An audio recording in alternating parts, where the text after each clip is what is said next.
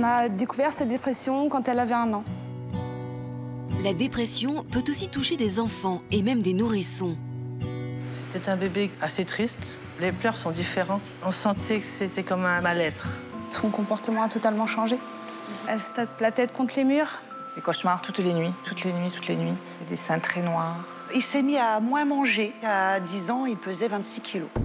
Face au mal-être de leur enfant ou de leur bébé, les parents sont souvent démunis. J'ai du mal à l'accepter. Ma petite fille soit en dépression, pour moi... Une dépression, c'est réservé aux adultes? Non, bah non. Mais comment leur venir en aide?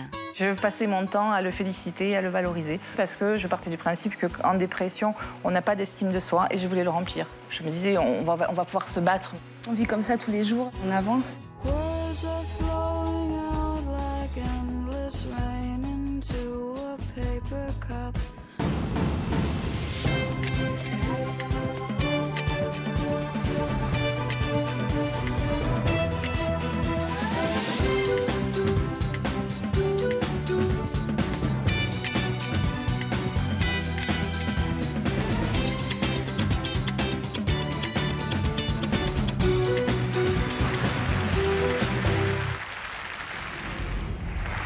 Bonjour à tous, merci de nous être fidèles chaque jour et merci à nos invités d'être présentes sur ce plateau.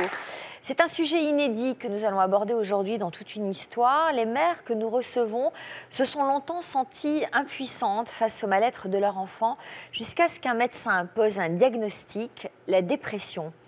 Longtemps considérée comme réservée aux adultes, cette maladie peut aussi toucher les enfants et même les nourrissons. Alors, quelles peuvent en être les origines? Comment venir en aide à ces enfants en souffrance? Eh bien, c'est ce que nous allons découvrir tout au long de cette émission, grâce aux témoignages bouleversants de ces mamans. Et puis, dans la dernière partie de notre émission, nous retrouverons Stéphanie et Cindy qui nous donneront de leurs nouvelles dans l'histoire continue. Mais d'abord, ouvrons la première partie. Quand leurs sourires deviennent tristes.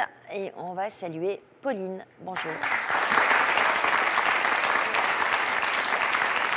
Vous êtes notre invitée à la croisée des chemins. Vous avez répondu à notre appel à témoin car vous êtes aujourd'hui une maman désemparée face à la souffrance de votre fille. Quel âge a-t-elle? 6 ans. On a découvert sa dépression quand elle avait 1 an. Elle se traduit comment, sa dépression au quotidien? C'est des troubles du comportement. Elle est toujours toute seule, elle joue seule. Elle se tape la tête contre les murs. Voilà. Et elle fait ça depuis toute petite? Depuis vraiment quand elle a commencé à marcher. Dès qu'elle a commencé à marcher, ses gestes ont été brusques. Elle a des frères et sœurs? Une petite sœur, oui. Oui. Avec laquelle elle ne joue pas? Elles jouent ensemble maintenant. On ne peut pas dire qu'elles ne jouent pas ensemble maintenant, mais petite, ça a été compliqué. Elle l'a rejetée? Ouais, elle la tapait. Beaucoup et voilà quoi. Elle était très possessive de l'adulte. Donc elle voulait moi pour elle toute seule. Elle était jalouse de sa petite sœur? Oui. Est-ce que vous connaissez l'origine de ces troubles? Les médecins, personne ne nous l'a dit pourquoi elle était dépressive. Mais pour ma part, je pense que c'est dû à la séparation avec son papa et l'arrivée d'un nouveau papa qui l'a adoptée et qui vit avec elle tous les jours et qui s'en occupe comme si c'était la sienne. À quel moment vous vous êtes séparée de son papa? Je venais d'accoucher, le lendemain matin, j'ai plus une nouvelle de son papa. Voilà. Et c'était déjà un nourrisson triste, qui avait un comportement différent? Très éveillé, très sage. Voilà quoi, elle éveillée comme tous les enfants de son âge. Il n'y avait pas de soucis. Très sage, mais souriante ou... Oui, souriante jusqu'à ses 12 mois où son comportement a totalement changé. Voilà. Et vous allez bien? On vit comme ça tous les jours. On n'a plus le choix. On n'a plus de solution et voilà. Pourquoi je suis là aujourd'hui. Vous en avez déjà parlé à quelqu'un? Je suis allée... Mes parents, qui m'aident beaucoup. D'ailleurs, je les remercie énormément. Ils sont là pour moi tous les jours. Et du coup, non, je vis dans cette boule où il faut qu'on s'en sorte toutes les deux et il faut que je l'aide à s'en sortir. Je vis comme ça. Des larmes qui ont du mal à rester à l'intérieur, je vois. peut-être il faudrait les Mais je laisser garde couler. tout, voilà quoi. Je pense que je peut-être. garde tout. Et... Mais, à mon avis, si vous êtes là aujourd'hui, il faut en profiter pour les laisser couler aussi. Hein. Ouais. Ça vous fera du bien. Est-ce qu'il y a eu un déclic à un moment donné précis où vous avez noté le changement de comportement de votre fille? Vraiment, pour moi, le premier... Voilà quoi, elle souriait plus. Voilà quoi, quand on allait chez les gens, c'était une catastrophe. Même à 12 mois, on avait du mal à mettre dans le siège auto. Parce qu'on a découvert qu'elle était insociable. Elle ne pouvait pas voir les autres gens. Il fallait que ça soit que moi, que son papa. Et voilà. À quel moment on a posé un diagnostic précis? À sa première année de maternelle, quand elle est rentrée à l'école. Donc elle avait quel âge? Elle avait 2 ans et demi, parce qu'elle est née en octobre. Et ça a été une catastrophe, la première année de maternelle. C'était très compliqué. Elle était même violente avec les adultes. La maîtresse, un jour, m'a dit comme ça à l'école, quand vous ne travaillez pas, pitchez, ne me la mettez pas à l'école. Ça a été très compliqué. Du coup, la petite sœur était déjà née? Oui, 2 ans et demi, oui. Il y a probablement un lien entre les deux. Après, on ne l'a jamais vraiment fait, le lien. En fait, la petite sœur, vous l'avez eue avec ce monsieur qui l'a élevée. Papa, oui. Et elle l'appelle papa? Oui. Est-ce qu'elle connaît son histoire? Est-ce que vous lui avez raconté que son papa était parti le jour de sa naissance? C'est pas facile. Elle m'a dit juste une fois, j'espère qu'il ne viendra pas me chercher. Tout simplement. Ouais, donc elle est pertinemment consciente de son histoire. Oui. Comment vous l'avez vécu quand le pédopsychiatre a posé le diagnostic? Il vous a parlé de dépression. Comment vous avez réagi? Pour moi, c'était pas possible. J'acceptais pas de toute façon. Qu'est-ce qui n'était pas possible? Que ma petite fille soit en dépression, pour moi... Une dépression, c'est réservé aux adultes? Non, non. Voilà. C'est ce que vous Je pensais plus que c'était des troubles du comportement et que ça allait s'atténuer en grandissant. Voilà, vraiment. Donc vous l'avez mal vécu, ce diagnostic? Oui, plus que mal vécu. Même encore à l'heure d'aujourd'hui, j'ai du mal à l'accepter. On vit comme ça tous les jours et on accepte et on avance. Et voilà. Alors pourquoi vous êtes là aujourd'hui? Pour que je puisse avancer dans la vie et quelles sont les portes ouvertes pour qu'elle aille le consulter ou je ne sais pas. Voilà. Donc, il y a des solutions. Chercher des conseils, des solutions. Un partage d'expérience. Vous écouterez le témoignage de nos autres invités tout au long de l'émission, mais c'est d'abord le docteur Kochman qui va nous éclairer sur le sujet qui nous réunit aujourd'hui. Bonjour docteur. Merci d'avoir répondu à notre invitation. Vous êtes vous aussi pédopsychiatre et vous êtes notamment spécialisé dans les troubles dépressifs des jeunes enfants. Alors c'est vrai qu'on n'entend pas beaucoup parler de ces troubles et qu'on a du mal à envisager cette idée qu'un très jeune enfant puisse souffrir d'une dépression. Comment reconnaît-on les symptômes d'une dépression infantile ? Jusqu'à il y a quelques années, on n'en parlait pas. Et il faut aussi savoir que 9 enfants sur 10 déprimés actuellement en France ne sont pas pris en charge et ne sont pas soignés. Alors, il y a un trépied diagnostique que le médecin va rechercher systématiquement. Et il faut bien le connaître. C'est le trépied somatisation, irritabilité, chute des résultats scolaires. Somatisation, c'est « maman, j'ai mal au ventre, j'ai mal au genou, j'ai mal au dos, je ne veux pas aller à l'école, j'ai envie de vomir ». Plein de symptômes qui sont en fait le corps qui parle et non pas le psychisme.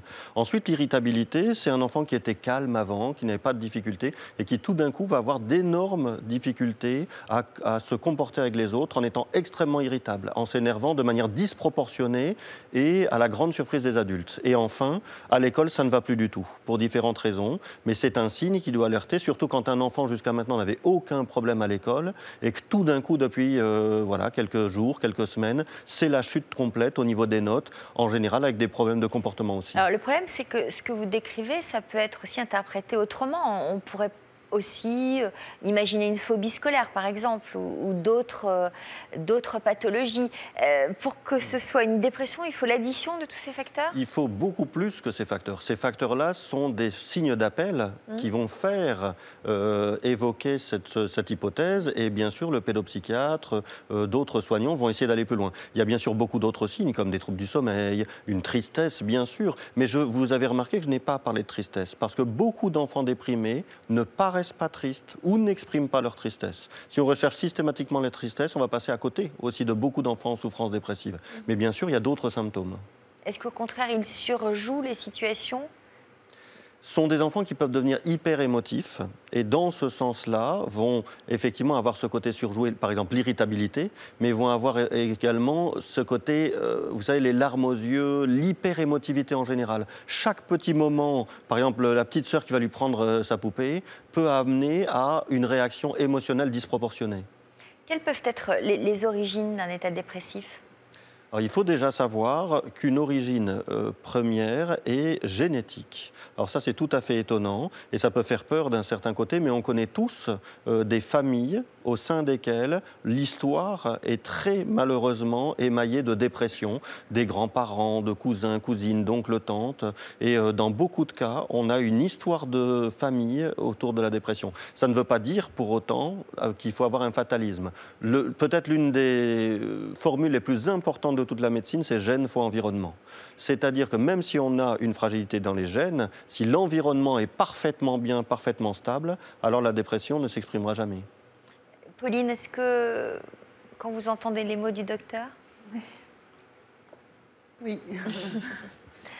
Ça vous parle? Est-ce qu'il y a beaucoup de cas de dépression peut-être dans votre famille? Bah non. C'est pour ça qu'après, peut-être que dans la famille du papa, peut-être que oui, après je ne les connais pas plus que ça. Peut-être que ça vient de là. Moi, je suis quelqu'un de sensible, d'anxieuse. De sensible, d'anxieuse? Oui. Je garde des choses pour moi, donc peut-être que Laurine, du coup, elle trace le chemin que que je fais. La séparation dont vous nous avez parlé tout à l'heure, le jour de la naissance de votre petite fille, vous les avez dû très mal le vivre, tout ça? Ça a dû être très douloureux? C'était très compliqué. Du coup, je suis sortie de la maternité 5 jours après avoir accouché. Et du coup, je suis allée vivre chez mes parents avec la petite. Est-ce que, docteur, est-ce que ça pourrait être une origine? Est-ce qu'un bébé peut percevoir comme ça, dès la naissance, un état fragile chez sa maman? Un bébé a besoin, pour se développer de manière épanouie, de différents facteurs. Les 2 facteurs principaux, c'est l'amour, énormément d'amour dès le départ, mais également une sécurité affective. Ce qu'on va appeler l'enfant sécure, c'est l'enfant qui se sent en force avec un père, une mère qui sont présentes et qui vont être des piliers aussi de force et d'amour. Et toute situation qui va amener à des difficultés de ce côté-là, le choc que vous avez vécu, parce que effectivement vous avez vécu un choc durant cette maternité, ça a été compliqué et l'enfant va ressentir immédiatement et tout de suite que quelque chose ne va pas dans son environnement. Est-ce que c'était compliqué avant l'accouchement? Vous vous attendiez à ce départ? Pas aussi vite. Je pensais qu'il allait rester un peu quand même quelques mois avec moi pour élever la petite. Du coup, ça a été très brutal.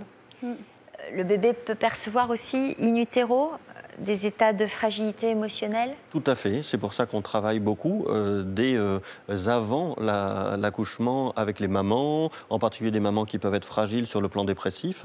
Un des liens, par exemple, important aussi, sont toutes les dépressions de la maman. Et il y a quelque chose de parallèle, en miroir, très souvent, entre une dépression de la maman et une dépression de l'enfant. Voilà. Donc ça, c'est pas forcément génétique, mais ça se transmet. Tout à fait. Le nourrisson, le fœtus, perçoit l'état de la maman. Exactement. On va saluer maintenant Isabelle. Bonjour.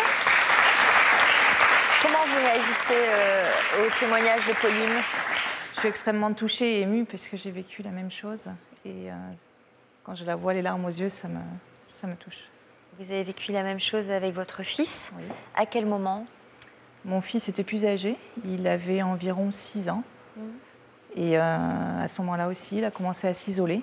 Lui aussi, il a commencé à se taper la tête contre les murs. Et puis après, on a été en crescendo dans la violence. Il pouvait hurler, pleurer pendant des heures. Quelle est son histoire, ce petit garçon? C'est un enfant que nous avons adopté à la naissance. Originaire de quel pays? Originaire de Polynésie française, avec une adoption traditionnelle polynésienne. Donc on l'a eu à la naissance. C'est un enfant extrêmement calme, comme vous le disiez, et petit à petit, il a commencé à devenir de plus en plus agité, effectivement, à mal s'adapter à l'école. Et puis après, donc ça a vraiment commencé à l'âge de 6 ans? C'est difficile à déterminer puisque les choses, elles arrivent graduellement, mais on va dire que oui. Il connaissait son histoire? Il connaissait son histoire. Il avait pu rencontrer ses parents biologiques et son frère aîné, une fois. À partir du moment où il a montré des signes d'agitation, de violence, il a consulté différents psychiatres. Quelles conclusions ont-ils tirées de tout ça? On a fini par avoir un diagnostic de dépression quand il avait environ 7 ans, puisqu'il y avait d'autres troubles qui s'étaient associés, donc les cauchemars la nuit, et puis tout ce que j'ai cité. Comment vous avez réagi quand vous avez entendu je le savais, je le savais. Au contraire, ça m'a, je ne vais pas dire réconfortée, mais je me disais, on va pouvoir se battre maintenant. Alors que si ça avait été des troubles du comportement ou une maladie psychiatrique, je me disais que là, c'était peut-être plus compliqué. Voilà. Alors vous nous avez confié aussi qu'il tentait parfois de prendre la fuite. Oui, il sautait par la fenêtre, il s'échappait, il se cachait. Vous habitez au rez-de-chaussée ? Oui, oui. Il s'échappait, il courait dans la rue, il hurlait au secours, au secours. Alors mon mari arrivait à le contenir, il avait une force phénoménale. C'était dévastateur. Dévastateur de voir son fils avec une telle souffrance et on se sent dans l'impuissance. On ne sait plus comment réagir. Et je me rappelle une fois où il a hurlé pendant des heures et en dernier recours, on a appelé son pédopsychiatre qui l'a pris au téléphone et qui a réussi à le calmer. Je ne sais pas ce qu'ils se sont dit, mais ça m'avait été d'un grand secours. Il faisait des cauchemars aussi? Des cauchemars toutes les nuits. Il venait dans notre lit, se réfugier. Des dessins? Des dessins très noirs, oui. C'est quoi des dessins très noirs? Où il se mettait en scène, en situation... je sais pas là. Il n'y avait pas de couleur sur les dessins? C'était noir, tout noir. D'accord. Noir, ou des larmes de sang. Ouais, des larmes de sang. Alors vous avez fini par trouver un moyen d'apaiser votre petit garçon. Qu'est-ce que vous avez trouvé comme moyen? La première chose, c'était un petit chien. Il nous avait fait la demande d'en avoir un. On n'était pas forcément d'accord, mais on s'est dit que ça pouvait être thérapeutique. Et donc on lui a offert un petit chiot. Tout petit, de 2 mois et demi, à peine sevré, tout maigre. Et il passait des heures avec ce chien dans les bras, à le câliner. Et c'était des moments où il était extrêmement calme, apaisé. Donc ça lui a fait du bien? Ça lui a fait du bien, ouais. Oui. Est-ce que vous avez déjà eu cette idée pour votre fille? Ben non, pas du tout. Bon. Elle vous l'a jamais demandé? Non. Et puis? Et puis, on s'est rendu compte aussi parce qu'il pratique l'équitation depuis qu'il a 4 ans, et que dans ces moments-là, il était, là encore, extrêmement apaisé, qu'il acceptait les remarques de la monitrice sans irritation, sans s'énerver. Donc, on a pris la décision de prendre un poney en demi-pension, et on l'amenait dès que ça allait pas, ou même quand ça allait, tous les jours, en fait. Et il passait des heures à brosser son poney, à le rincer, à le doucher. Et il continue d'ailleurs l'équitation actuellement à grand niveau. Vous me direz tout à l'heure quels autres moyens vous avez mis en place pour venir définitivement à bout de la dépression de votre fils. Elle dessine, Pauline, votre fille? Pas beaucoup, non. Elle aime beaucoup être dehors, faire du vélo seule, toutes ces choses-là, toute seule, voilà. Et justement, l'équitation... Bah, du coup, c'est des choses que personne ne me l'avait conseillé. Ah bah vous voyez que ça sert à quelque chose solutions. De venir. Oui. On va peut-être demander un avis au docteur, la présence d'un animal de compagnie. Un animal, d'ailleurs des publications tout à fait sérieuses nous montrent que l'animal, c'est aussi un don d'amour, un échange d'amour, et l'enfant en a vraiment besoin, et c'est vraiment peut-être l'un des points principaux de la thérapie. C'est lui donner le plus d'amour possible, par bien sûr son entourage, les gens qu'il aime, mais aussi par les animaux. Et l'équitation en particulier est un formidable moyen d'aider les enfants qui sont en souffrance à une période de leur vie. On va s'intéresser maintenant à l'histoire d'Armel. Bonjour. Nous allons aborder avec vous un autre aspect de notre sujet, celui de la dépression des nourrissons. Vous avez donné naissance à votre petit garçon le 18 décembre 2006. Quel genre de bébé était-il à la naissance? C'était un bébé qui pleurait beaucoup, qui était assez triste. Toujours à la recherche, toujours se cramponner. S'il ne me voyait pas, il me cherchait des yeux, toujours son regard figé vers moi. Bon, évidemment, quand le papa était là, c'était papa aussi, mais très très proche de moi. Et sinon, c'était un enfant qui pleurait énormément. Ce que vous décrivez, c'est le comportement normal d'un nourrisson, donc, en recherche de sa maman, non, en en recherche fait, de câlins. Il y avait les pleurs sont différents. Donc en fait, je savais distinguer le pleur de quand il avait faim, celui quand il avait mal, et là c'était pas le même pleur. On sentait que c'était comme un pleur de mal-être. Vous aviez déjà des enfants? Non. Donc pas d'expérience? Non. Comment vous interprétiez tout ça? En fait, c'était difficile. Comment expliquer? J'avais l'impression que c'était un petit peu de ma faute. Pourquoi? Vous étiez dans quel état, vous, à ce moment-là? Pendant la grossesse, malheureusement, je suis tombée en dépression. Pendant votre grossesse? En fait, j'ai perdu mon papa en 2001. Il était enseignant. Son rêve était d'avoir un petit-fils. Le petit-fils est arrivé en 2006. J'avais l'impression que j'avais fait le deuil de mon papa, mais en fait, non. Et c'est quand je me suis retrouvée, donc... Que la douleur de la perte de votre père est revenue. 5 ans après? Oui, 5 ans après. Tellement je...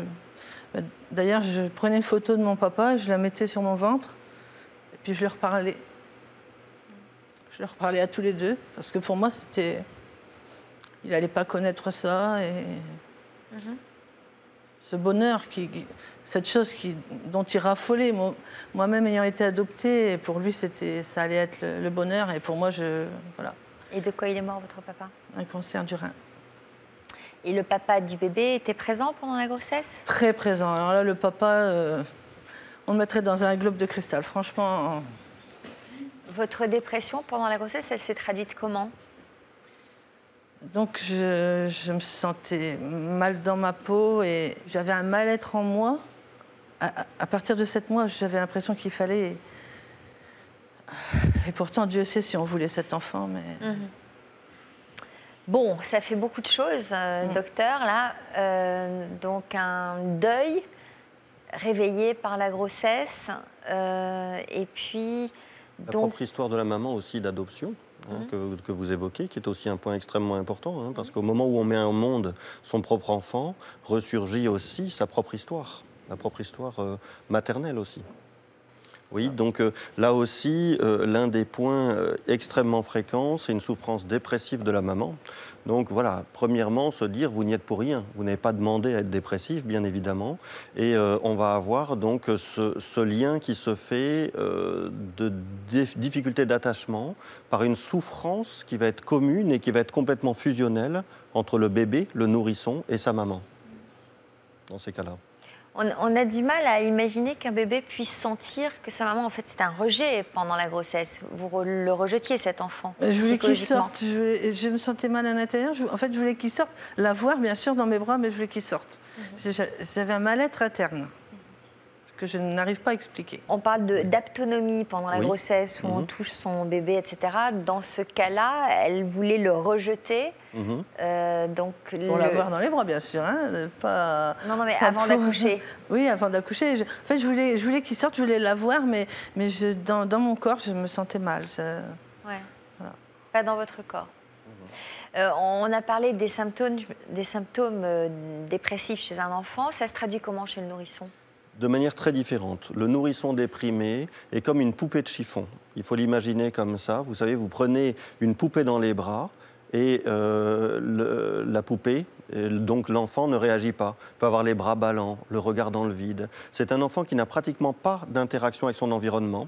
Et donc, c'est très consternant. C'est-à-dire que quand on voit un nourrisson déprimé, c'est presque choquant, j'ai envie de dire, parce qu'on a l'impression qu'il ne vit pas, il a un regard dans le vide, il n'interagit absolument pas avec les autres, et surtout vis-à-vis de la maman. Vous savez, il y a ce côté bijectif. Quand une maman prend son bébé, elle lui donne un gros câlin, le bébé l'agrippe, lui aussi va faire un câlin, et là, c'est un bébé qui va rester comme ça, les bras ballants. Moi, par contre, il cramponnait, là. Oui. Moi, c'était l'inverse. Il fallait toujours que ça, c'était fusionnel. Alors là, ça peut être des signes d'angoisse associés et avec un agrippement d'angoisse. Mais est-ce que votre bébé avait peu de réaction avec l'environnement? Ah non, sinon, il était très, très éveillé et très... Justement, Je donnais pas... D'accord. À cette époque-là, il n'y avait pas de signes dépressifs, alors il n'y avait pas d'éléments... Bah, c'était les pleurs. C'était pas les mêmes pleurs. Et puis, bon, en fait, la seule chose qui le calmait, c'était d'aller se promener. Voilà. Alors, il y avait un problème avec votre environnement à ce moment-là, c'est-à-dire? C'est-à-dire que la voisine du dessus, il y avait un bruit... donc on a demandé plusieurs fois à ce que ça cesse et tout. Et donc ça n'a pas cessé.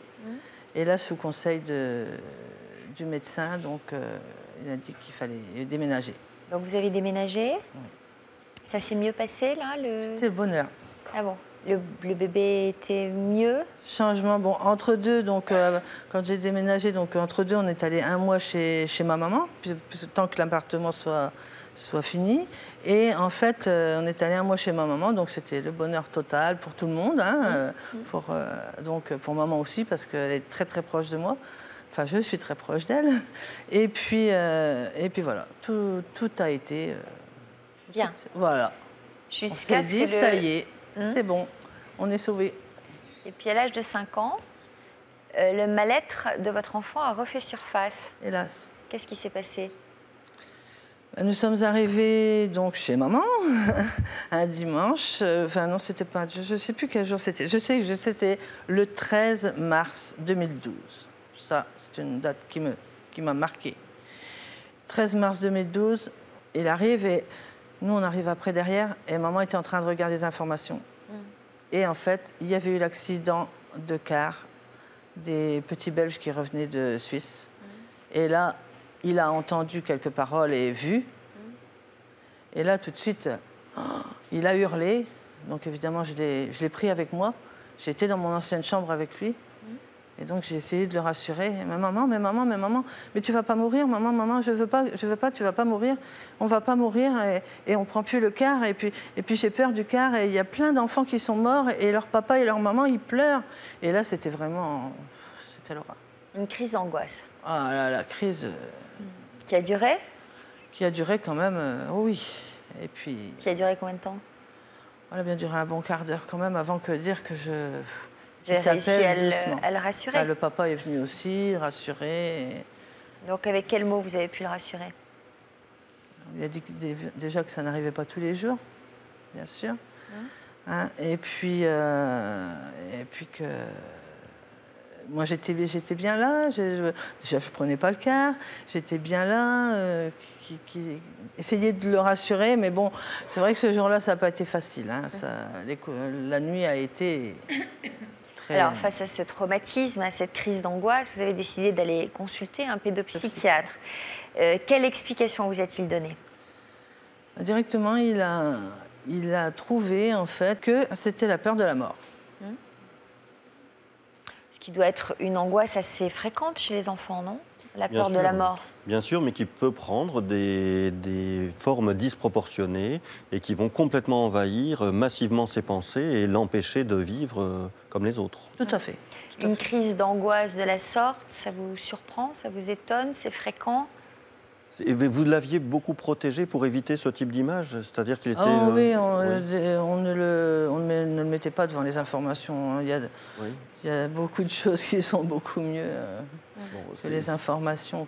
C'est vrai que quelquefois, il faut faire attention de ne pas surprotéger les enfants. Hein, dès le début, il faut que les enfants sachent et vivent, entendent parler, oui, que la vie, la mort existe, même s'ils ne perçoivent pas la mort à cet âge-là, hein, comme nous adultes. Mais c'est important aussi qu'ils puissent avoir une vision globale de la vie, avec ses bons côtés, ses mauvais côtés. Et on sent chez votre enfant qu'il y a des éléments dépressifs, mais des éléments aussi très anxieux et qui me font, moi, penser à des éléments obsessionnels. C'est-à-dire que est-ce qu'il a des tendances un peu obsessionnelles? Oui. Bon, parce que ça fait... Par exemple, on va aller, je vais dire, faire les courses. Il va toucher le caddie ou quoi. Oh, maman, le gel, tout de suite en sortant. Hein? Alors, oh, ça, c'est là. Ça ne bouge pas de là. Si ça, c'est là, ça a toujours été là, il ne faut pas le mettre ailleurs. On va lui donner une pièce de monnaie. Le gel. Toujours. Donc il faut soigner à la fois les éléments obsessionnels compulsifs, qu'on appelle parfois des TOC, et les éléments dépressifs, qui vont souvent l'un avec l'autre. Et vous-même, madame, vous êtes un peu angoissée dans la vie? Non, je suis dépressive. Je suis retombée en dépression. Mais par exemple, tous ces troubles du comportement, est-ce que vous en auriez vous aussi ou pas? Il aurait cette phobie des microbes, par exemple? Ah non. Non, vous ne partagez pas ça avec lui. Est-ce que vous avez pensé à l'animal de compagnie pour lui, pour le rassurer? Tout à fait. Il en a un? Oui, il a un petit chien. Un petit chien? Un petit shih tzu, oui. Ça l'a apaisé d'avoir un animal? Ça a fait beaucoup de bien. Il n'y a pas de problème avec les microbes? Non, c'est étrange, mais il faut dire que le chien, il avait régulièrement, il faut bien lui essayer ses pattes. Bon, il y a quand même... Mais non, et il dort sur son lit, au pied. Est-ce qu'il a fait un test de QI, ce petit garçon? Oui. Et qu'est-ce que ça a donné? En fait, il était intellectuellement précoce, mais sur le plan verbal. En fait, il a un QI de 135 sur le plan verbal. Donc, en fait, il réfléchit beaucoup. Et puis, il se documente beaucoup, en fait. Donc, les nerfs, pour lui, c'est plus un secret. En fait, il connaît les médicaments, il sait ce qu'il veut plus et ce qu'il veut encore. Un QI, le fait qu'il soit un QI élevé, le fait qu'il soit précoce, ça a un rapport avec un état dépressif? Ça peut avoir un rapport, c'est-à-dire que très souvent les enfants qui ont un QI élevé sont des enfants hyper émotifs, qui sont des éponges émotionnelles et qui vont vraiment absorber toutes les émotions autour d'eux. Lorsque les émotions sont négatives, sont dans le stress, ils vont fortement l'absorber.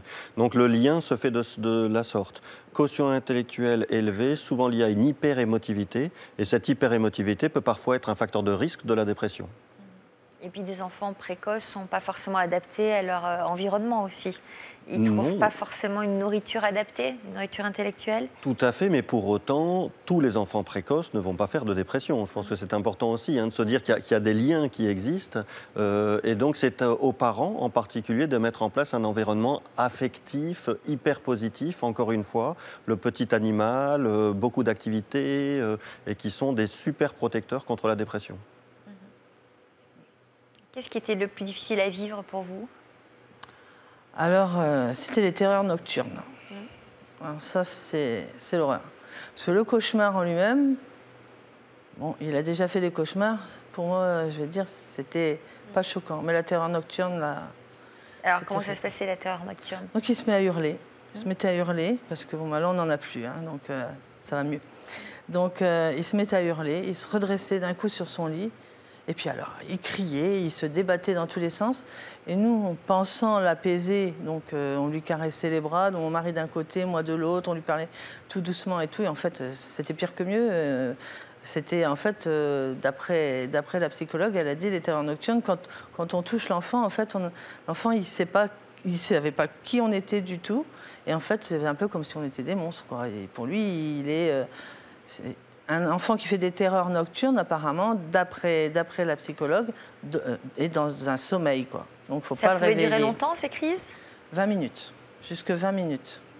C'est vrai, il ne faut pas toucher un enfant qui fait... Ça va dépendre des enfants, mais c'est assez spectaculaire parce que c'est un enfant qui est en pleine panique et qui en fait dort. D'ailleurs, quand on le regarde, il a le regard, il a les yeux ouverts, mais c'est une sorte de somnambulisme avec une attaque de panique. Alors pour certains enfants, il faut les prendre dans les bras et les serrer très fort. Pour d'autres, il faut rester à leur côté et ne pas bouger et attendre que le sommeil se refasse. À l'école, ça se passait comment? À l'école, des angoisses. Donc la maîtresse l'avait mis devant, hein, parce que bon, bah, il est précoce, mais sur le plan verbal. Sinon, le restant, il est dans la haute courbe, mais pas précoce. Il y avait des copains? Et donc, beaucoup de copains par rapport à... Oui, voilà. Donc, beaucoup de copains, mais seulement, la maîtresse l'a mis devant pour l'avoir toujours sous les yeux, parce que je me sens pas bien. Ça arrivait régulièrement l'année dernière. Alors, vous nous raconterez tout à l'heure comment il va aujourd'hui, ce qui s'est passé depuis. Mais d'abord, on va saluer Patricia, qui se trouve de l'autre côté du plateau. Bonjour. Pour quelle raison êtes-vous assise face à nos invités aujourd'hui, Patricia? Parce que j'ai un garçon qui, à l'âge de 6 ans, a souffert de dépression grave, qui a aujourd'hui 17 ans et demi, qui va très très bien et dont j'en suis très fière. Donc c'est possible de s'en sortir. C'est tout à fait possible. C'est le message positif que vous êtes venu porter aujourd'hui. Voilà. Alors on va remonter dans le temps. Rémi était un enfant bien dans ses baskets jusqu'à ce que l'on constate chez lui une dyslexie à l'âge de 6 ans. Quelles difficultés rencontrait-il dans la vie de tous les jours? Alors, il a fait sa première année de CP, donc de septembre, la première année de CP, de septembre à décembre, il n'arrivait toujours pas à lire. Tous ses camarades, ils y arrivaient. Donc, l'enseignante a changé de méthode. Elle y a réussi, mais il avait toujours des grosses difficultés. Donc, elle l'a fait redoubler. Et je me suis aperçue qu'il y avait quelque chose, mais je ne savais pas quoi. Et c'est un enfant qui était toujours renfermé sur lui-même. Il aimait bien la solitude. Il était toujours tout seul dans sa chambre à jouer avec ses petits jouets. Il ne parlait pas beaucoup. Un enfant très sensible aussi. Il était fils unique? Non, non. À 6 ans, j'ai 5 enfants en tout. Ah, voilà. Donc à 6 ans, il avait son petit frère et sa petite sœur, oui. C'était l'aîné alors? C'est le plus grand. C'est le plus grand, voilà. D'accord. Est-ce que vous êtes décidé, comme nos autres invités, de consulter un psychologue? Tout à fait. Alors avant de consulter un psychologue, on lui a fait passer suite au conseil de l'orthophoniste qui lui a depuis la maternelle. Elle nous a fait conseiller de lui faire passer des tests neurologiques dans un hôpital lyonnais, une neurologue, et ça a duré sur plusieurs semaines. Et là, au bout de plusieurs semaines, le diagnostic est tombé. J'étais presque rassurée parce que je me suis dit, je savais qu'il y avait quelque chose. Et là, on nous annonçait qu'il était dyslexique, dysphasique, dyscalculie. Ça vous a rassuré? Mais ça m'a rassurée. Enfin, j'étais pas contente qu'on me dise ça, mais d'un autre côté... D'avoir un diagnostic. Oui, parce que je savais qu'il y avait quelque chose, et là, enfin, on posait quelque chose. Voilà. Donc, toutes ces difficultés étaient liées à ça. Après, il y a eu encore un long chemin à faire. Alors, en dehors de ça, il était aussi maniaque? Justement, je me suis posé la question, j'avais l'impression qu'il avait des TOC, comme vous disiez tout à l'heure.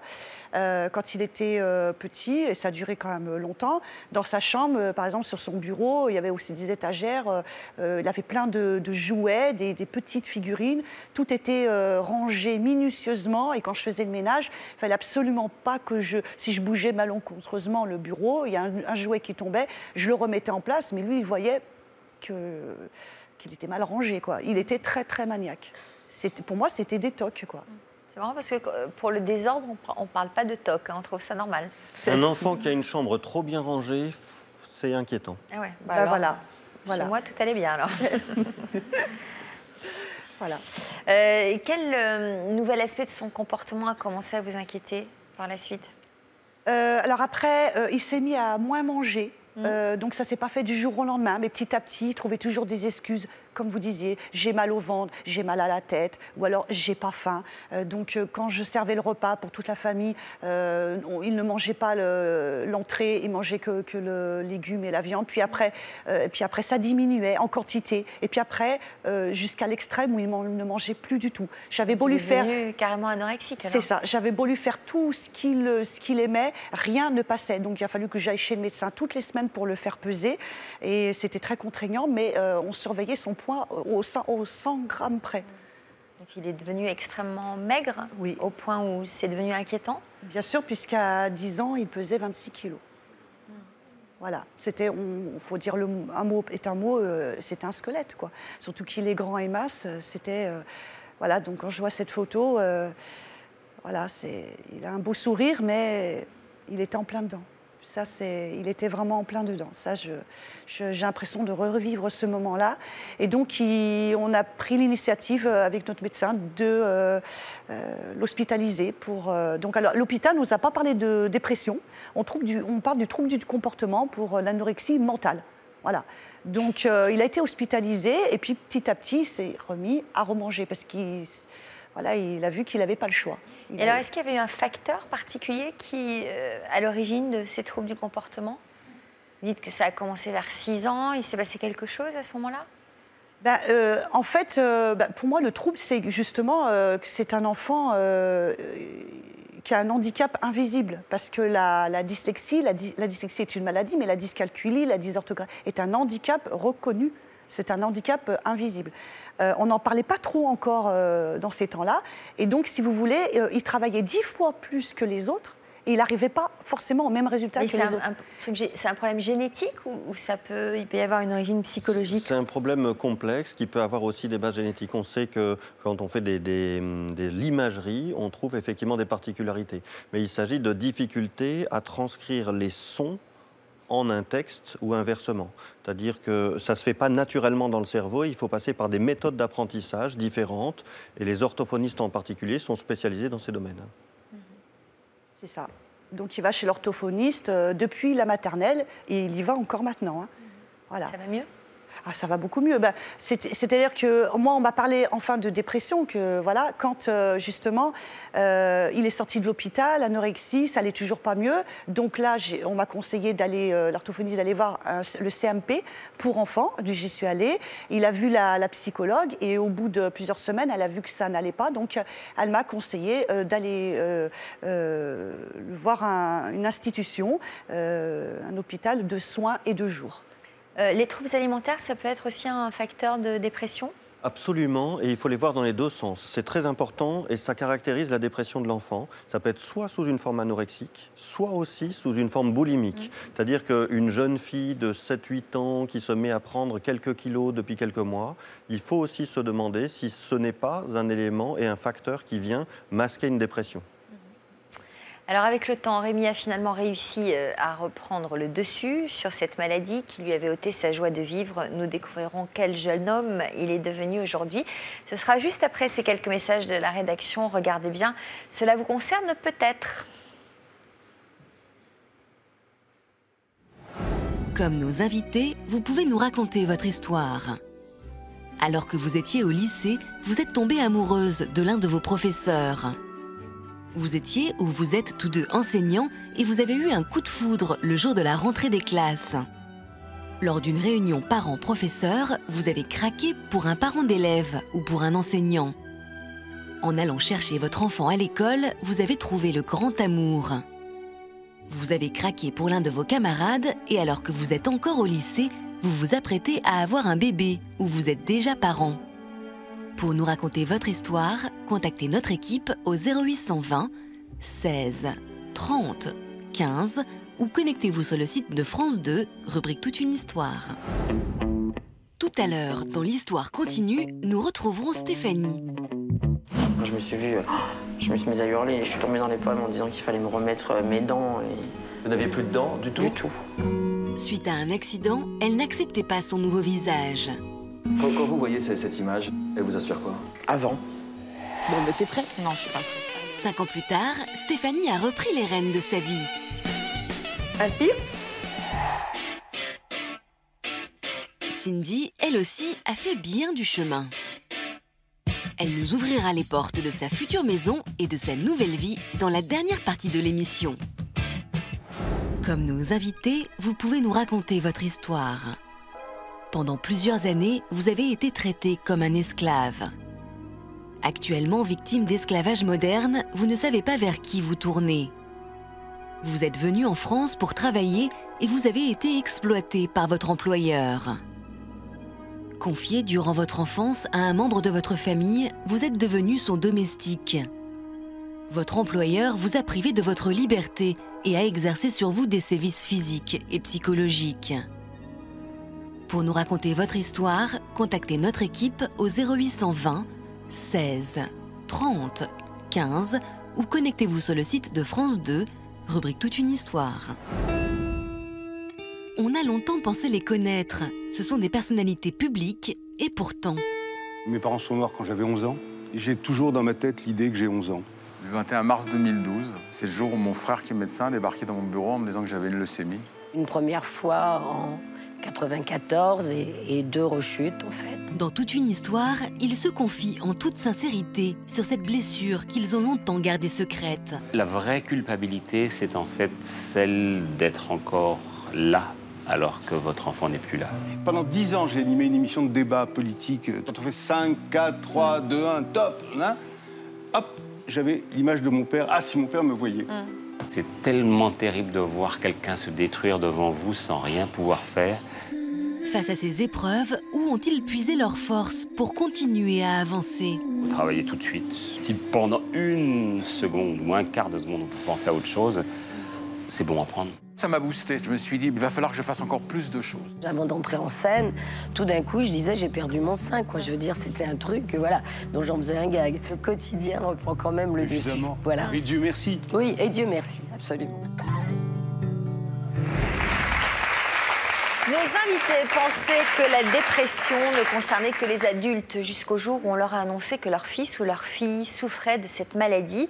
Alors comment parvenir à aider son enfant quand il est si jeune et qu'il ne parvient pas à mettre des mots sur sa souffrance? Eh bien, c'est la question que nous allons poser dans la deuxième partie de notre émission, lui redonner goût à la vie. Patricia, votre fils Rémi, bonjour Rémi, nous a rejoint. À l'âge de 6 ans, Rémi, tu es donc tombé dans une profonde dépression. Ta maladie s'est alors exprimée par de l'anorexie mentale. Tu as dû être régulièrement hospitalisé. Est-ce que tu as des souvenirs précis de cette période de ta vie? Oui, un petit peu. J'étais seule dans la cour. J'étais des fois même rejetée par d'autres élèves. Donc j'étais dans mon coin. Voilà. Comment tu as vécu cette hospitalisation quotidienne que tu as subie pendant ces années-là? Bon, au début, c'était pas facile. Mais après, c'était pour mon bien, donc j'ai vite compris. Du coup, ça allait mieux au fil du temps. Il a été suivi pendant combien de temps à l'hôpital? Alors, l'hôpital de jour et de nuit, 2 ans. Et puis, parce qu'il partait du mardi soir jusqu'au jeudi matin. C'est un taxi ambulance qui le ramenait à l'école et moi je l'attendais pour récupérer la valise. C'était pour moi un déchirement, un coup de couteau dans le dos parce que c'était dur de le laisser partir là-bas en sachant qu'au début il ne voulait pas y aller. Et puis, comme me disait le pédopsychiatre, c'est une question de confiance entre l'équipe soignant et les parents. C'est ce que je voulais dire aux mamans. Il faut vraiment avoir confiance à des médecins, à des spécialistes. Et à partir de ce moment-là, j'ai pu laisser partir mon fils parce que je savais que c'était pour son bien et que c'était pour l'aider. Même si c'était difficile pour lui, pour nous, c'était pour son bien. Et puis, au bout de ces 2 ans, parce qu'il y avait une date limite d'âge, on m'a dit, voilà, on ne peut plus le garder dans ce centre-là, mais il faut absolument qu'il puisse continuer à avoir une pédopsychiatre, une psychologue. Et donc, il a continué jusqu'à la 4e. Donc ça fait, on va dire que ça fait un petit peu plus d'1 an qu'il ne voit plus de psychologue parce que tout va bien. Est-ce qu'il y a une origine précise? Est-ce qu'il y a eu un événement qui aurait déclenché tout ça? Ou est-ce que c'est génétique? Non, moi je pense plutôt que c'est l'acceptation de sa différence, l'acceptation de son handicap qui a fait qu'il a accepté qui il était, ce qu'il avait. Et je pense que grâce à cette acceptation, il a pu prendre les devants, il a pu prendre confiance en lui. C'est important parce qu'un enfant qui n'a pas confiance en lui... C'est-à-dire que c'est son handicap qui aurait provoqué cette dépression? Je pense que oui, peut-être qu'il y a eu autre chose et je n'ai jamais su. Mais en tout cas, pour moi, ces difficultés, cet handicap a fait qu'il s'est trouvé dans un moment où il n'a pas pu trouver de réponse, où il s'est senti différent et il n'a pas su trouver les mots et la force d'en parler aussi, puisqu'il parlait pas beaucoup, il parlait très peu. Alors Rémi, tu as confié à notre équipe de journalistes avoir fait une découverte qui t'a aidé à accepter ta dyslexie. Oui. Qu'est-ce que tu as fait comme découverte? J'ai découvert qu'en fait, Albert Einstein, il était dyslexique. Alors, quand j'ai appris ça, du coup, je me suis dit, on peut y arriver. Parce qu'un grand savant qui est dyslexique, j'ai été heureux d'apprendre ça. Donc ça t'a réconforté? Tout à fait. À quoi ressemble ta vie aujourd'hui? Très bien. Je suis en seconde. Je fais un bac pro accompagnement, soins et services à la personne. Dans un lycée très bien. Donc tout va mieux. Pour quelle raison as-tu souhaité accompagner ta maman sur notre plateau? Pour dire aux jeunes mamans que c'est une étape dans la vie, que ça va durer un certain temps, mais après ça va passer, et qu'il faut garder espoir, parce qu'il y en a toujours, même si c'est dur. Aujourd'hui, tu te sens stable sur le plan psychologique, ou il y a encore quelques petits troubles qui traînent par-ci par-là, quelques petits... Non, ça va. Pas de troubles de comportement alimentaire? Non, non, non, je mange très bien.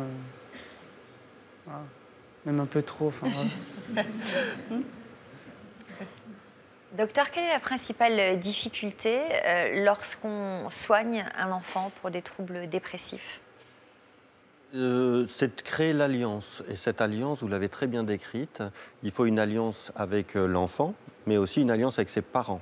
Si on ne travaille pas main dans la main avec les parents, en prenant beaucoup de temps, avec toute la famille, alors on ne peut pas bâtir cette arche entre nous et qui va être le chemin de la guérison. Parce que bien sûr, le maître traitement de la dépression, c'est la psychothérapie. Donc on va être apparemment, dans ce sont cette des enfants démarche-là. qui ne parlent pas beaucoup. Parfois, la psychothérapie, elle peut être, elle va passer par ce qu'on appelle des médiateurs, c'est-à-dire que ça va passer par le dessin, par faire de la musique, par utiliser un jeu. Donc, on va utiliser différents médiateurs qui vont nous permettre parfois d'amener l'enfant à peu s'exprimer et à exprimer sa souffrance, mais aussi ses bonheurs, ses moments forts. Armelle, comment va votre fils depuis quelques mois? Il va beaucoup mieux. On ne sait pas. Depuis quand alors? Qu'est-ce qui a fait qu'il aille mieux? Eh ben donc en fait, on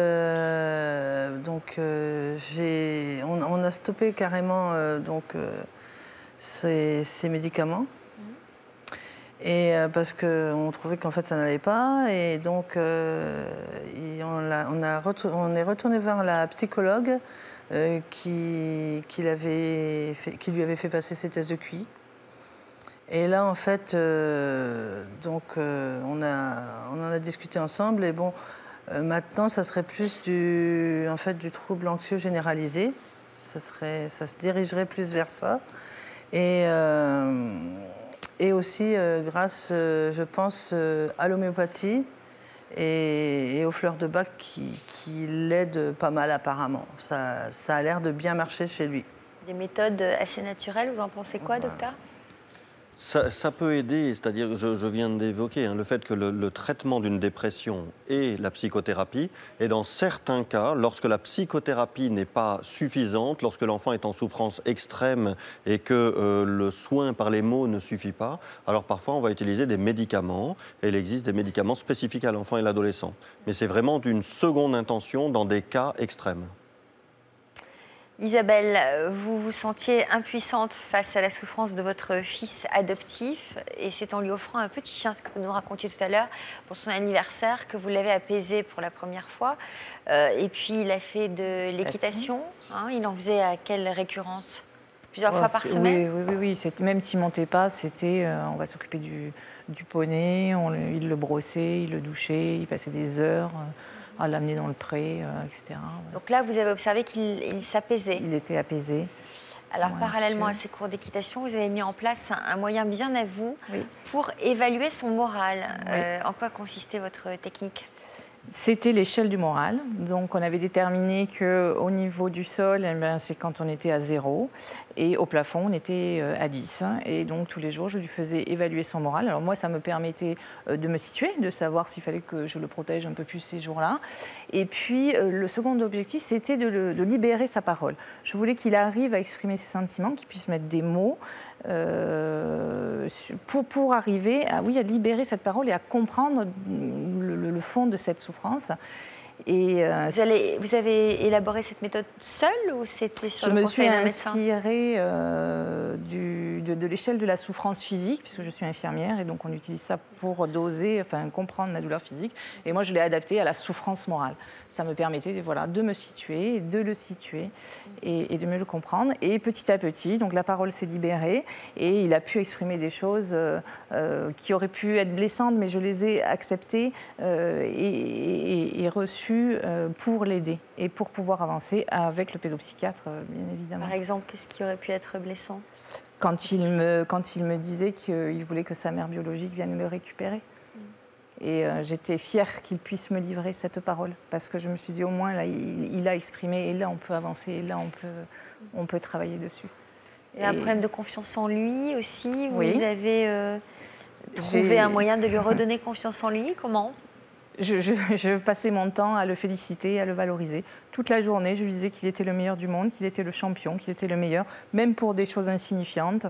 Par exemple, se laver les dents tout seul. Oh, mais c'était merveilleux, qu'est-ce que tu es merveilleux, qu'est-ce que tu es fort. Il faisait son sac tout seul, mais tu es un enfant extraordinaire. Toute la journée, parce que je partais du principe qu'en dépression, on n'a pas d'estime de soi et je voulais le remplir. Et je remplissais. Est-ce que vous faites ça aussi? Dites donc, vous aurez pris plein de conseils, voilà. Ouais. Il va falloir que je mette en place. Alors c'est sûr que le regard de l'entourage n'est peut-être pas forcément bienveillant, parce que quand on fait ça, on me disait oh, tu vas voir, ton fils va être orgueilleux. Mais j'ai continué parce que pour moi c'était essentiel, parce que je sentais qu'il en avait besoin. Et je trouve qu'actuellement il est fier de lui. Enfin, j'espère qu'il est, et je ne le trouve pas orgueilleux. Il a quel âge aujourd'hui? Il a 13 ans et demi. Bon, il est devenu quel genre de petit garçon? Bien dans ses baskets. Très sociable, il a énormément d'amis, il continue l'équitation 4-5 fois par semaine, il va en faire son métier. C'est quelque chose vraiment qu'il a ancré dans la vie parce qu'il sait ce qu'il veut faire, il veut être garde républicain. Garde républicain? Oui. Et on a une relation pleine d'amour.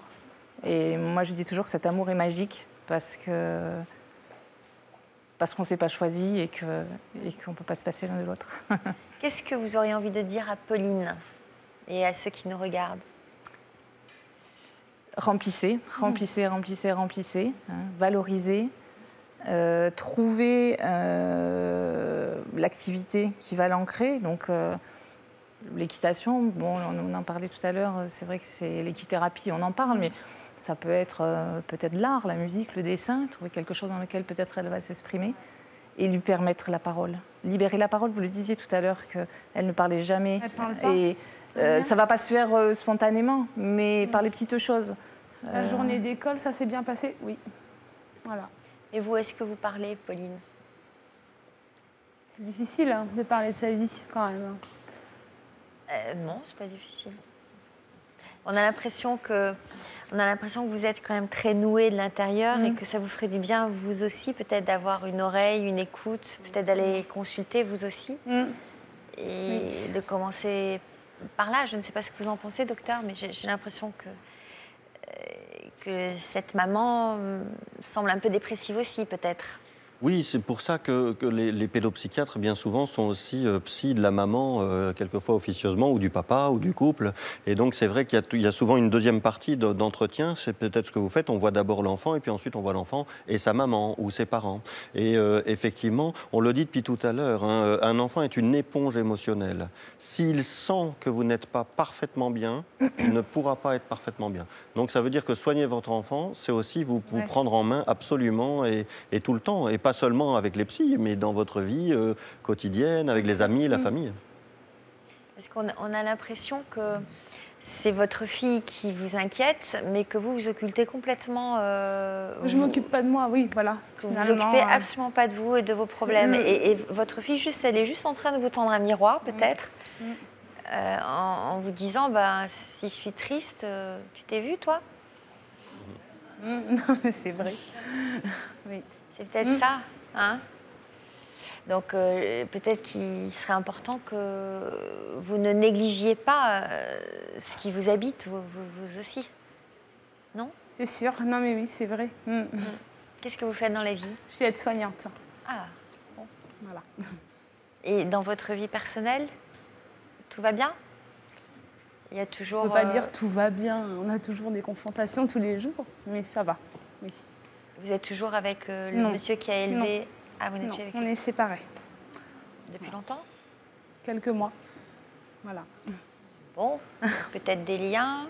Oui, on s'entend très bien là-dessus. Pour les enfants, il n'y a aucun problème. Non, mais il y a peut-être un lien entre ça et le fait que vous soyez un peu triste, peut-être? Ah sans doute, oui. Ouais. Voilà. Et votre fille, elle le voit que vous êtes triste, certainement aussi? Je ne le montre pas devant les enfants. Oh non, mais ça se voit, hein. Pas besoin de le montrer, hein. Hein?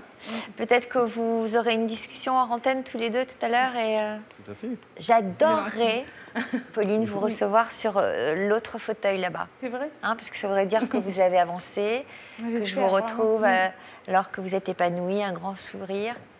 Et peut-être que vous avez réussi à évacuer toutes ces larmes qui encombrent ses yeux, mais qui ne veulent pas sortir. Hein, elles sont tenaces. Hein. Ouais. Bon, on vous le souhaite en tout cas. J'espère que vous aurez trouvé quelques réponses aux questions que vous vous posiez. Merci à toutes d'être venues témoigner. Nous prendrons de vos nouvelles, évidemment, comme d'habitude. L'une des vertus de notre émission, c'est bien sûr de créer du lien entre les invités. Et c'est encore ce qui s'est passé aujourd'hui. C'est pour prolonger ce lien qui unit toutes celles et tous ceux qui sont passés sur ce plateau que nous avons imaginé ce petit salon propice aux confidences. Je vous propose tout de suite d'y retrouver Stéphanie et Cindy qui nous font l'honneur d'être parmi nous dans l'Histoire continue. Bonjour à toutes les deux. Merci d'être revenue nous voir. Je vais commencer avec vous, Stéphanie. Jean-Luc Delarue, vous avez reçu le 23 septembre 2008 dans une émission intitulée « Un accident a transformé mon visage. Comment rester la même personne ?» Que vous était-il arrivé? Un accident de voiture assez important puisque je suis montée sur un platane et j'ai fait des tonneaux. Et là, j'ai pris le volant en pleine bouche. Donc, en fait, j'ai perdu la plupart de mes dents dans cet accident. Et... Vous étiez dans quel état en sortant de cet accident? Dans le coma ou Non, du tout. J'ai perdu connaissance. J'avais une entorse au cervical, mais le plus gros a été vraiment la bouche, puisque j'ai perdu la plupart de mes dents. Je crois qu'en tout, il m'en restait 10. Donc, vous aviez quel âge? Toute jeune? Oui, j'avais 23, 24 ans. Donc c'est difficile de se voir dégradé physiquement, surtout quand ça concerne le visage. Enfin, surtout la bouche. Surtout la bouche, puisque le sourire, c'est la vie. C'est la vie sociale, c'est la vie amoureuse, c'est tout en fait. Et quand on n'a plus ça, pour moi, on n'a plus rien. Qu'est-ce que vous avez ressenti la première fois que vous vous êtes vu dans un miroir? C'est compliqué, parce qu'on ne se reconnaît pas. On n'a pas l'impression que c'est soi, parce que tout de suite, la bouche rentre. Tout de suite, on a l'impression d'avoir 70 ans en fait. Et que tout s'effondre. Mais en même temps, on se dit qu'il existe de la chirurgie pour ça, non? Vous y avez pensé, j'imagine? Non. Non, parce qu'on ne vous dit pas au départ ce qu'il est possible de faire. Et surtout, après, quand on m'a enlevé les dents, vu qu'on ne m'a pas dit qu'il existait, je savais qu'il existait les implants, etc., mais je ne me suis pas trop renseignée. J'attendais en fait qu'on me prenne plutôt en main. Et donc, je suis restée 3 ans avec des appareils amovibles qui ont fait que j'ai perdu énormément d'os et énormément de gencives. Donc, c'est ça qui a été difficile. J'imagine que pour remédier à ce problème, il faut beaucoup d'argent aussi, parce que ça doit avoir un coût. Comment vous avez géré cette épreuve? Eh bien, en fait, j'ai pris en main la situation en décidant d'aller faire des devis par des chirurgiens dentistes. Alors, on est monté à l'extrême, à 75 000 euros, 80 000 euros. Donc là, on se dit c'est impossible. Et puis, le plus bas de tout, ça a été à 30 000. Et là, en fait, mes parents, je faisais 42 kilos, donc ont décidé de faire la démarche de me filer un coup de main, heureusement d'ailleurs. Et de là, j'ai pu effectivement penser à l'implantation. Alors, il y a 5 ans, c'est vous qui aviez répondu à notre appel à témoins. Pour quelles raisons aviez-vous envie de participer à cette émission? J'avais envie de participer peut-être pour relativiser moi sur la personne que j'étais à ce moment-là, parce que j'étais vraiment pas bien. J'étais complètement renfermée sur moi, je restais enfermée beaucoup à la maison, parce qu'en fait, j'avais l'impression qu'on voyait que ça. Donc, et j'avais l'impression que c'était horrible, puisque moi, j'arrivais pas à me reconnaître. Parce qu'effectivement, après, c'est quelque chose de joli, mais c'est pas à moi. Donc, forcément, quand on a du mal à se reconnaître, on a peur de pas être reconnu non plus. Alors, comme vous le disiez tout à l'heure, perdre votre sourire, c'était pour vous comme perdre la vie, quelque part. Et à l'époque, vous aviez encore bien du mal à vous accepter, à accepter cette nouvelle apparence. Avez-vous fini par apprivoiser votre image? Eh bien, c'est ce que je vous propose de découvrir tout de suite dans notre reportage.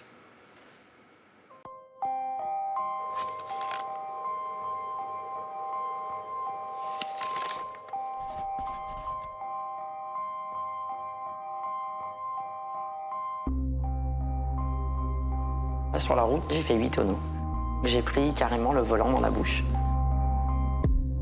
À 25 ans, Stéphanie avait été victime d'un grave accident de voiture qui avait à jamais bouleversé sa vie.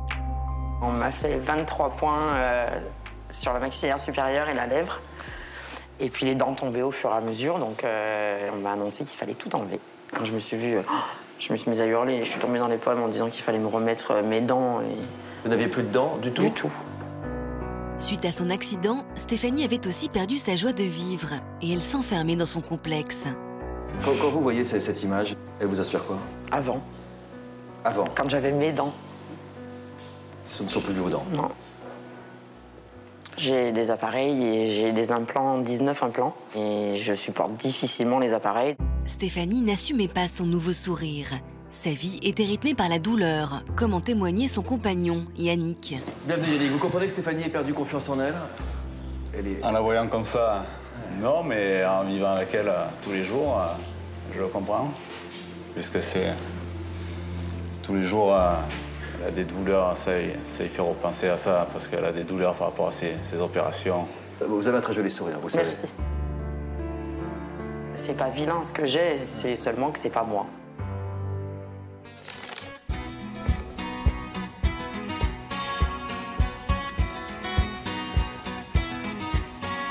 Cinq ans plus tard, Stéphanie, autrefois prisonnière de son mal-être, a pris du recul sur son histoire.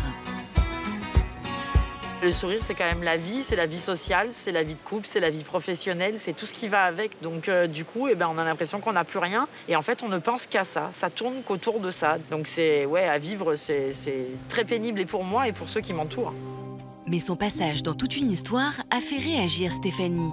L'émission, il y a 5 ans maintenant, m'a permis, moi, de relativiser beaucoup de choses par rapport aux personnes qui étaient avec moi ce jour-là. Ça m'a permis déjà de me rendre compte que j'avais pas de problème physique.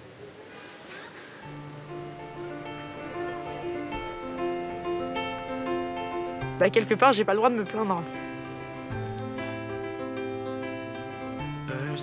Le premier truc que je me dis en sortant de l'émission, c'est je vais arrêter de me pourrir la vie, arrêter de pourrir celle de ceux qui vivent avec moi au maximum, et puis on va vivre avec, quoi qu'il arrive, parce que c'est comme ça, mais on va vivre autrement et on va enfin vivre... Depuis l'émission, Stéphanie a réussi à accepter son nouveau visage, avec le soutien de ses proches. On s'est mariés avec Yannick. Puis 2 ans après, on a eu le bonheur d'avoir un super petit garçon. Donc tout va bien et il n'y a plus grand-chose qui peut m'atteindre en fait. Je relativise tout sur tout. Il y a 10 ans qui viennent de passer, qui ont été monopolisés sur les dents pratiquement. Donc j'aimerais bien que les 10 prochaines années, on parle un peu d'autre chose.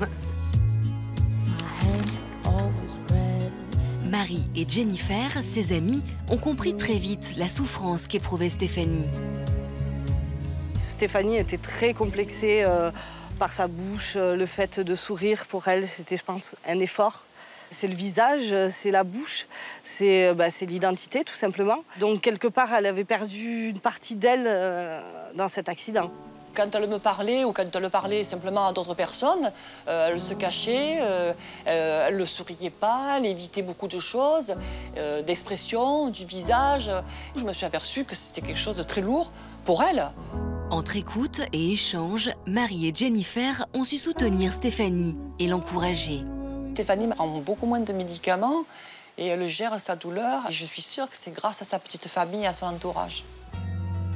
Elle prend beaucoup plus confiance en elle et je vois une Steph beaucoup plus rayonnante qu'il y a 2-3 ans en arrière. Elle rit de plus en plus et d'ailleurs, quand on la voit, on voit que ça, son sourire, chose qu'on ne voyait pas avant.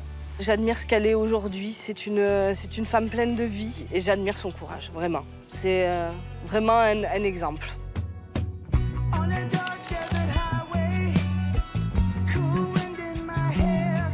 C'est aujourd'hui un jour spécial, car Stéphanie va débuter une activité qu'elle n'avait jamais osé pratiquer.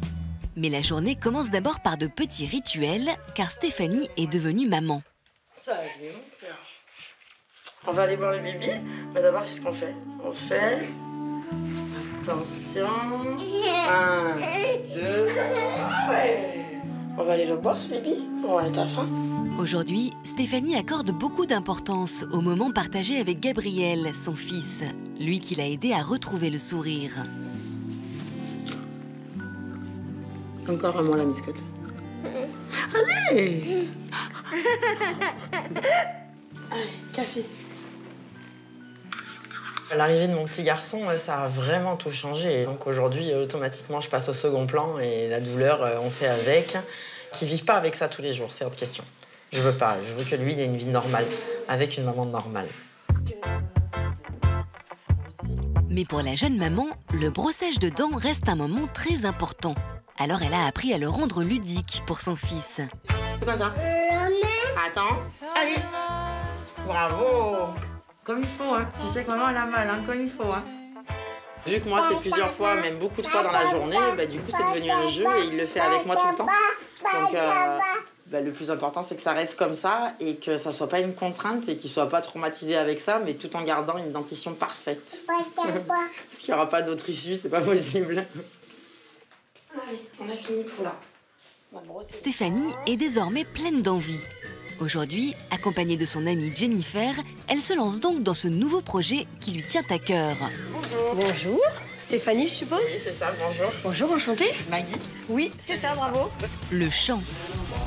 Alors, Stéphanie, raconte-moi pourquoi tu es là. Eh ben, je suis venue parce qu'en fait, c'est une démarche que je voulais faire depuis très longtemps. J'ai un gros problème de bouche. Je me dis aussi que ça pourrait m'aider pour plein de choses et pour parler peut-être un peu mieux et pour chanter pour me faire plaisir et puis pourquoi pas pour que ça m'aide un peu plus à sortir des complexes. Donc tu vas te retrouver parce que tu t'es un peu perdue dans tout ça. Ah, il y a longtemps, oui. Et déjà, je pense que physiquement, tu t'es perdue aussi. Tu te reconnais pas trop. Ça va? Ouais. Mais c'est normal, tu vas passer par ces moments-là. Souris-moi. C'est pas mal, ça.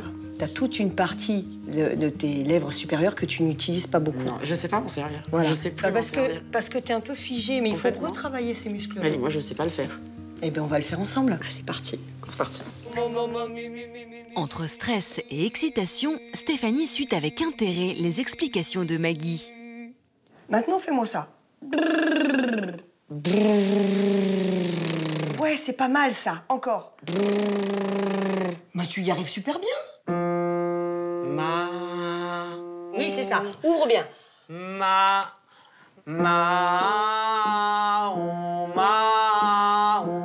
Stéphanie va mettre les exercices vocaux en application dans la chanson qu'elle a choisie. Un moment qu'elle attendait particulièrement. Les lueurs immobiles d'un jour qui s'achève. Pense à bien ventiler. La plainte douloureuse d'un chien qui aboie. Souris. Finis toujours en souriant.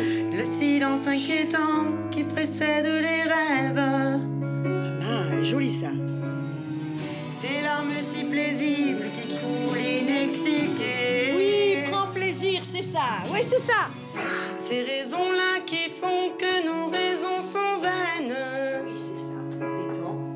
Là, doucement. Ces choses au fond de nous qui nous font veiller tard. Ouais.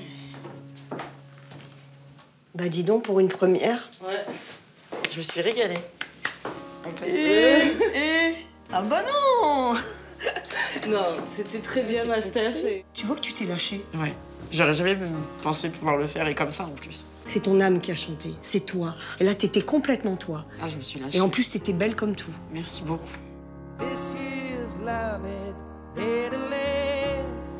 Heaven knows it's high time.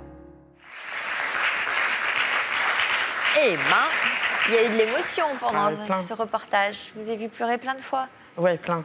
Mais je suis Pourquoi très sensible. Je suis quelqu'un qui pleure facilement, en fait. Facilement, mais quand on a l'impression quand même que c'est des émotions fortes, des moments importants de votre vie qui sont repassés. Qu'est-ce que vous ressentez en découvrant la nouvelle Stéphanie? C'est plutôt pas mal. Bah, je trouve aussi. Hein, on a du mal à comprendre de quoi vous êtes complexé ou par quoi vous êtes complexé. Par le fait que... Ouais, qu'avant, c'était pas du tout cette tête-là que j'avais. J'avais les dents écartées, j'avais les dents du bonheur, il y avait beaucoup de différences.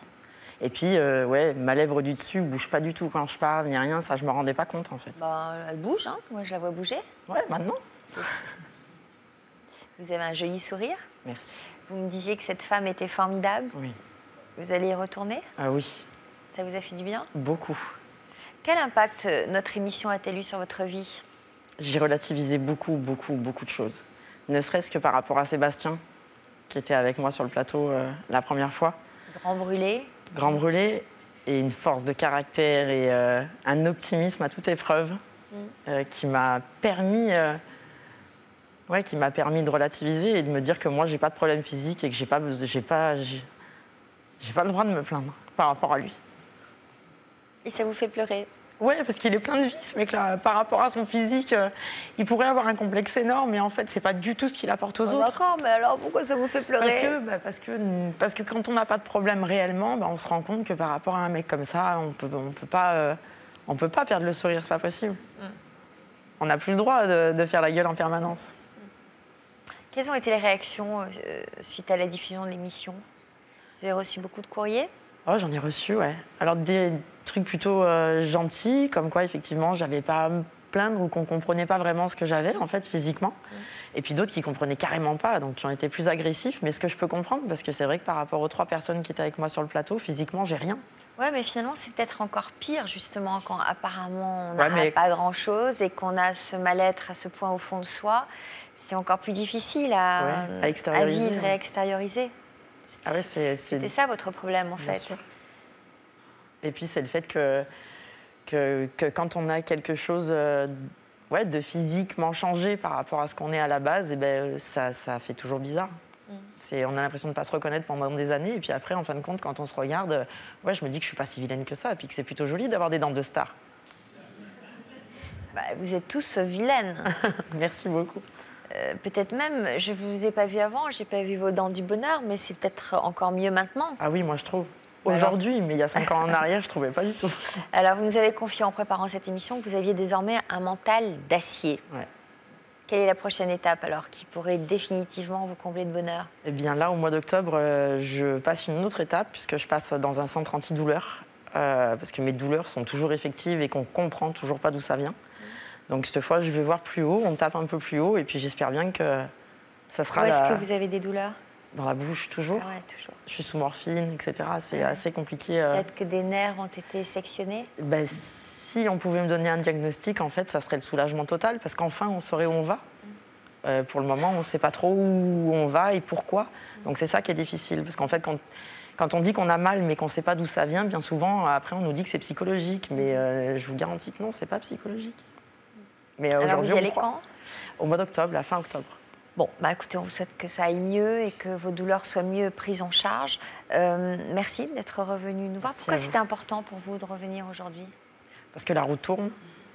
Et puis parce que quand on pense positif, il n'y a que ça qui arrive derrière. Donc surtout, il faut rester positif et jamais perdre l'espoir. De rien. Merci. Merci à vous. Il est temps à présent de revenir sur l'histoire de Cindy. Nous avions fait votre connaissance le 27 décembre 2011 dans une émission intitulée « Ils devaient passer les fêtes seuls et ils ont rencontré l'amour ». Vous étiez alors venu nous parler d'un réveillon un peu particulier que vous aviez passé 2 ans auparavant. À quoi ressemblaient vos fêtes de Noël d'habitude? Jusqu'à mes 22 ans, je fêtais les réveillons de Noël avec ma famille, ma sœur, mon papa, enfin mes parents, les parrains, ma reine et tout. Et à mes 22 ans, mes parents ont divorcé et là, je me suis retrouvée seule avec ma maman. La famille a vraiment éclaté. Et donc, les réveillons, c'était seule devant la TV ou devant le PC. Donc, c'était devenu plus triste? Voilà. Alors, en 2009, en quoi vos festivités sortaient de l'ordinaire? En 2009, je me suis inscrite sur un site de rencontre. J'ai fait la connaissance d'un garçon. On a sympathisé. Et fin 2009... il m'a invité à passer les fêtes de Noël alors qu'on ne s'était jamais rencontrés, on s'était juste vus en photo. Et donc il a proposé que ma maman et moi on vienne faire les fêtes de Noël chez lui. J'ai longtemps hésité et puis je me suis dit pourquoi pas tenter et on verra bien ce qui va se passer. Et alors qu'est-ce qui s'est passé? Qu'est-ce que vous avez ressenti la première fois que vous l'avez vu? En fait c'est sa maman qui a ouvert la porte et lui il était dans le fond de la maison. Et quand je l'ai vu, ça a été directement le coup de foudre. Je savais que c'était lui l'homme de ma vie. Est-ce qu'il était avec sa maman, lui aussi? Oui, il était avec sa maman et son papa et son arrière-grand-mère. À quel point les choses se sont-elles accélérées entre vous? En fait, donc on s'est rencontrés le 24 décembre. On s'est embrassés 6 jours plus tard. Un mois après, il me demandait en fiançailles.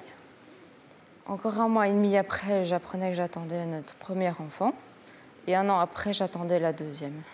Eh bien, donc c'est ce qu'on appelle un turbo-couple. Exactement. Et tout va bien entre vous? Très bien, oui, super. Il y a 2 ans, pourquoi c'était important pour vous de venir témoigner dans notre émission?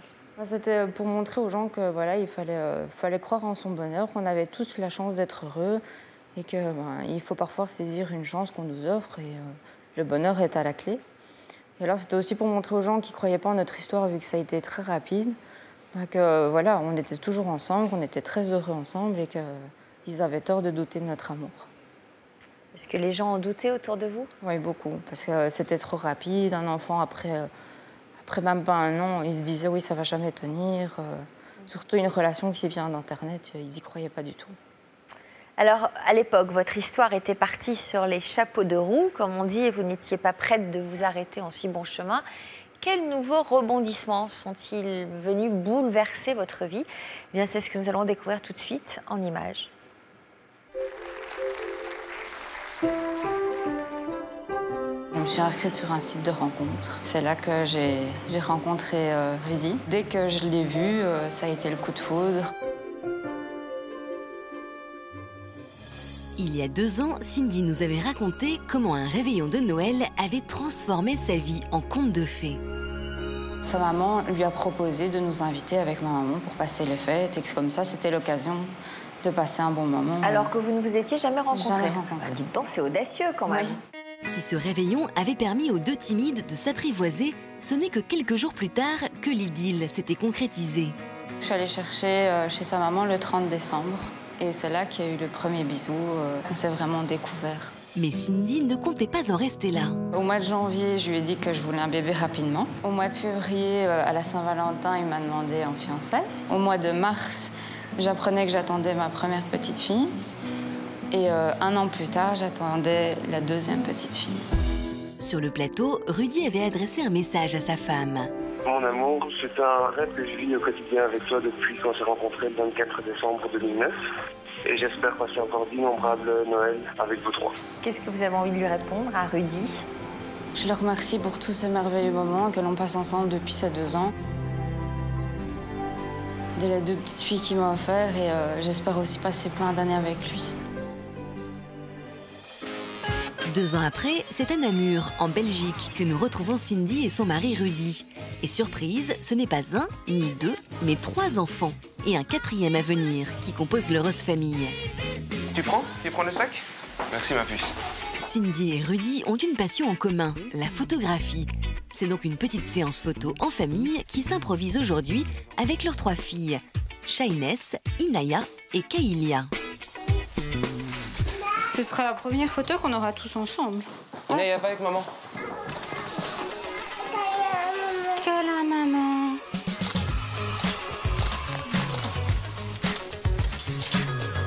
Attends, on va voir si elle est bonne.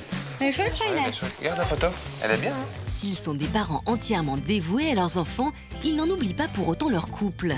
Aujourd'hui, ce sont les grands-mères qui prennent le relais pour les laisser souffler un peu. Ça vous dérange pas de garder les 3 petites? Bah non, pas du tout. Merci. Comme ça, vous profitez un petit peu, un amoureux. Au revoir, maman. Allez, au revoir. Allez, bye bye. Chérie.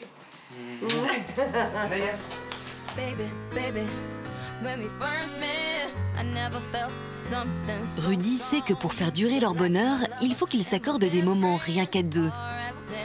Ça va faire plaisir de boire un verre ensemble. Ça fait longtemps qu'on n'a plus eu l'occasion. Il faut qu'on trouve des moments comme ça pour se retrouver un peu et déconnecter un peu de la vie de famille. Il s'en est passé des choses en 4 ans. Ouais. Et en mars, 4e. En tout cas, je suis super heureux avec toi. Merci mon chéri.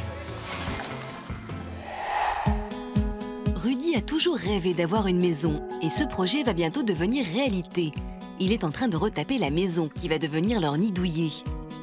Cindy est curieuse de voir l'avancée des travaux. Ils se rendent donc sur le chantier. J'ai une petite surprise pour toi. Oui. Je te suis, hein. Oui. On va aller voir la chambre du futur bébé. Regarde. Ah, c'est cool. Donc on a abattu toute la chaux et tout le plafonnage l'ancien. Ouais. Ça va être poncé. Il aura une belle chambre. Effectivement. Il sera bien ici. Il y avait du boulot, hein. T'as déjà bien travaillé quand même. Ah, c'est cool. Là, je t'avais dit que j'avais une surprise pour toi. Elle est là. Ouais, comme habituellement, c'est toujours toi qui choisissais les doudous des enfants. Cette fois-ci, c'est moi qui les choisis. Il est super. Merci. Avec plaisir. Bon, on peut s'inspirer du doudou pour faire les couleurs de la chambre. Ça pourrait être chouette, ouais. Varier avec les différentes couleurs. Maintenant, si c'est un garçon, on fait gris et bleu, une fille gris et rose. Ça va être super chouette, oui. On va être bien ici en tout cas. On va être heureux ici. Voilà, déjà. Encore plus. Eh bien, vous formez une bien jolie famille, tous les 5. Alors donc là, vous attendez votre 4e enfant? Eh bien, dites donc, vous n'avez pas chômé en combien, tout ça? En 4 ans. En 4 ans, bravo. Quel talent. On vous sent très proches, tous les deux? Très complices? Très, très proches. On est vraiment fusionnels. Un geste, un regard, chacun sait ce que l'autre pense, donc c'est positif au quotidien. 4 ans, donc ça fait 4 ans que vous êtes ensemble. 4 ans, 4 enfants, bravo. Relation fusionnelle, qu'est-ce qu'on peut vous souhaiter de plus pour l'avenir? Que ça continue. J'imagine. Que ça continue tel que c'est pour Est-ce que vous diriez que vous avez changé? Votre compagne a changé? Oui, elle est beaucoup plus carrée, beaucoup plus décidée au quotidien, elle tergiverse beaucoup moins. Et c'est une femme affranchie. Une femme affranchie. Vous nous avez confié que vous la trouviez plus femme aussi. Oui.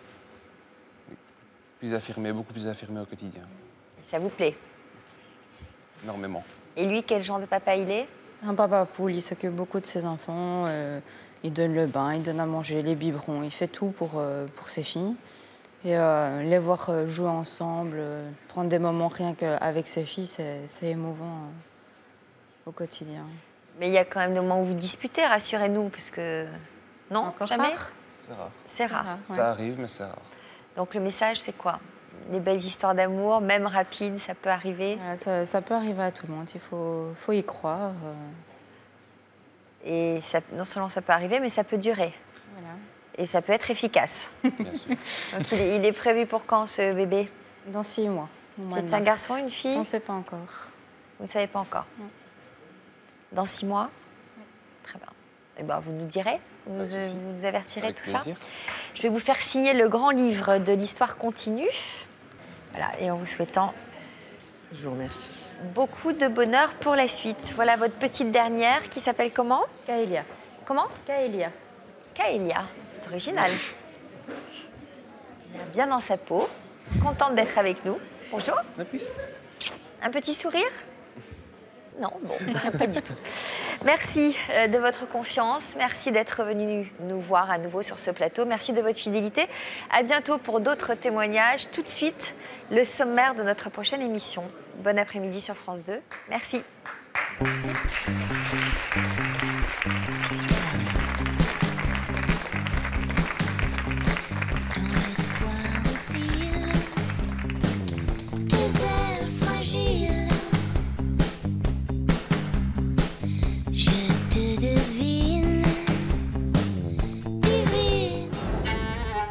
Elles ont craqué pour un homme.